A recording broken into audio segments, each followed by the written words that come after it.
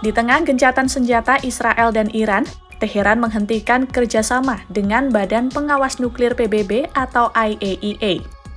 Sejak dimulainya perang 12 hari antara Iran dengan Israel dan AS, hubungan Iran dan badan tersebut anjlok.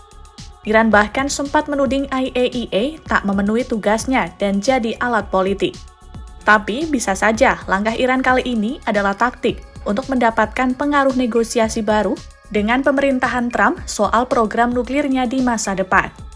Lantas, apa yang akan terjadi usai Iran putus hubungan dengan Badan Nuklir PBB atau IAEA? Simak selengkapnya dalam video berikut.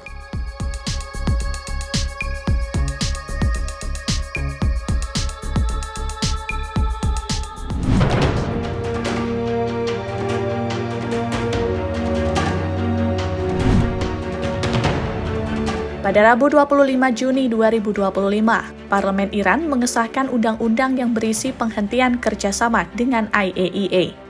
Saat sidang, sebanyak 221 anggota mendukung penangguhan kerjasama itu dengan 1 suara abstain. Dengan ditangguhkannya kerjasama itu berarti beberapa kegiatan juga berhenti, seperti berhentinya pemasangan kamera pengawas, inspeksi, dan pelaporan ke IAEA. Kritik demi kritik dari Iran menghujani IAEA. IAEA dikritik karena menolak untuk mengecam serangan AS terhadap fasilitas nuklir Iran, sehingga badan itu dituding tak memenuhi tugasnya dan jadi alat politik. Juru bicara Parlemen Iran Mohammad Bagher Kalibaf juga menegaskan ancaman bagi Israel. Ia mengeklaim kemampuan nuklir Iran masih utuh. برای اولین بار زیرساخت‌های نظامی و امنیتی کشور جعلی اسرائیل تخریب شد.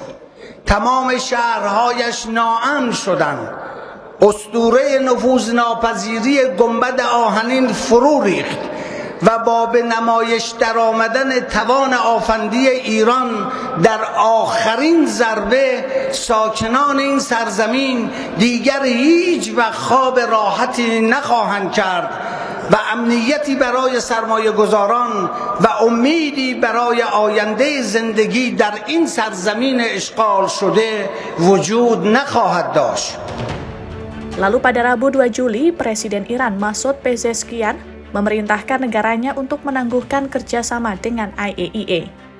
Perintah itu mengikuti undang-undang yang disahkan oleh Parlemen Iran dan persetujuan dari pengawas konstitusional. Iran juga tak lagi terikat dengan perjanjian non-proliferasi nuklir. Keputusan itu makin membebani hubungan Iran dan IAEA yang juga telah anjlok sejak situs nuklirnya dihantam oleh AS.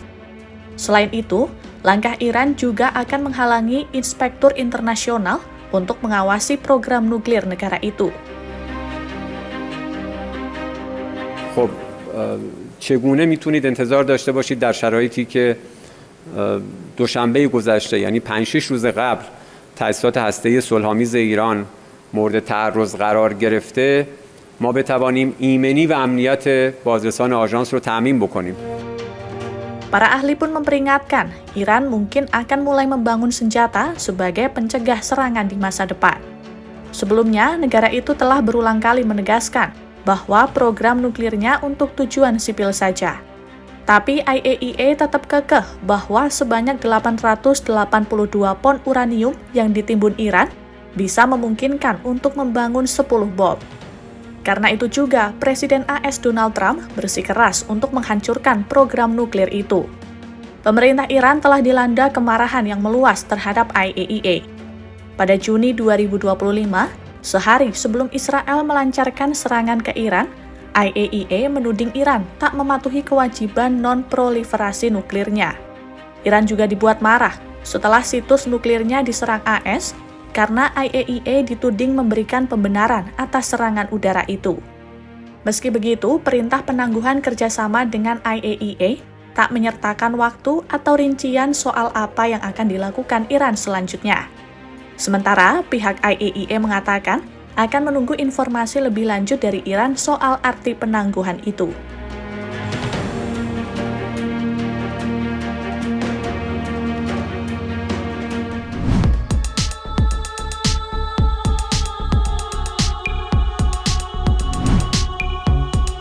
Menteri Luar Negeri Israel Gideon Sa'ar langsung mengecam keputusan Iran itu. Kecaman itu ia tuliskan di akun X miliknya dengan mengatakan keputusan Iran sebagai penolakan total terhadap kewajiban dan komitmen nuklir internasionalnya.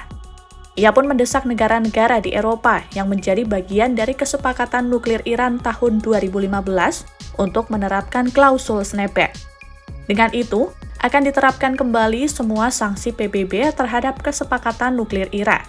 Kesepakatan nuklir Iran tahun 2015 memungkinkan Iran memperkaya uranium hanya 3,67%. Angka itu cukup untuk bahan bakar pembangkit listrik tenaga nuklir, bukan untuk tingkat senjata. Padahal saat ini, Iran disebut-sebut telah memperkaya uranium hingga 60%, di mana angka itu mendekati level pembuatan senjata. Negara itu juga punya persediaan yang cukup untuk membuat beberapa bom nuklir.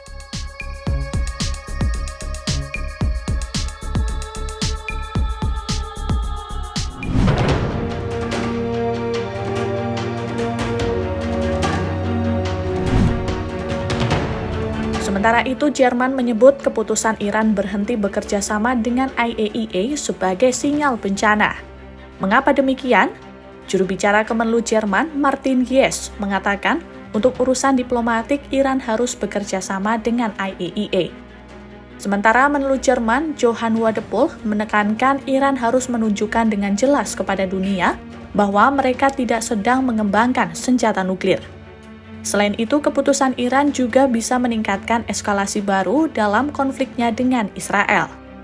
Menurutnya, keputusan Iran menangguhkan kerjasama dengan IAEA adalah sinyal yang sepenuhnya salah. Saat ini, gencatan senjata seharusnya malah jadi peluang untuk menemukan solusi diplomatik.